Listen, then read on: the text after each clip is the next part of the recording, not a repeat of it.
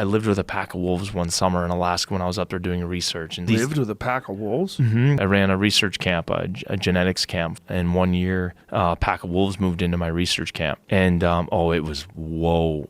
I went fly fishing one night. An eerie little river that I was on is pretty quiet, and I just kind of had this eerie feeling. And I happened to look behind me, and there's a big alder thicket. My eyes were starting to truncate down on the leaves, and then all of a sudden it came to this little opening. I could see a wolf's face staring at me through the alders, and she was probably 10 yards. Whoa. And so I saw her, and when I looked at her, she was just staring at me.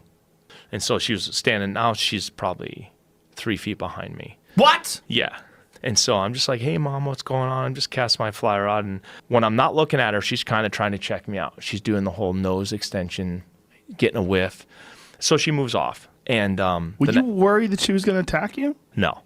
Why did she get so close? That seems weird. I don't know. Yeah, she was just checking me out. So the next day, I hear her howl down the river. So I'm just messing around, so I howl back to her. She howls back to me instantly. I howl back to her. All of a sudden, I see her. She's now standing exactly where I was standing the night before. So I give her just a little, coy little, rah, rah, rah. She lays down. She maintains eye contact with me.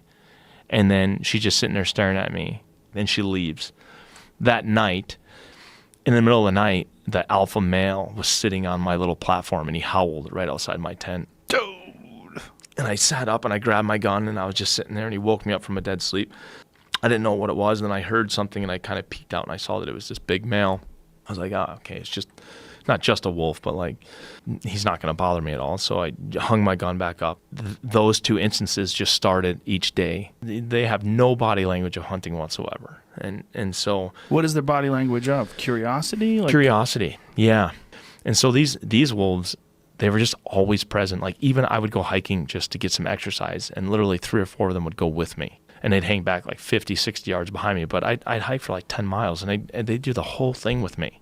It started to really grow because we have this research gear that's in the river so that we can count, speciate, and sample the salmon as they swim through to go spawn. But after the salmon spawn, they all die. And so they would spawn, die, and they'd come back and they'd wash up on my gear. That's why the wolves were there. They wanted to eat the dead fish that were coming back down.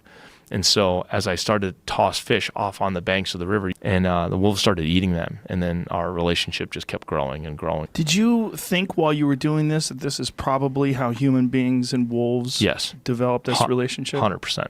100%. Wow.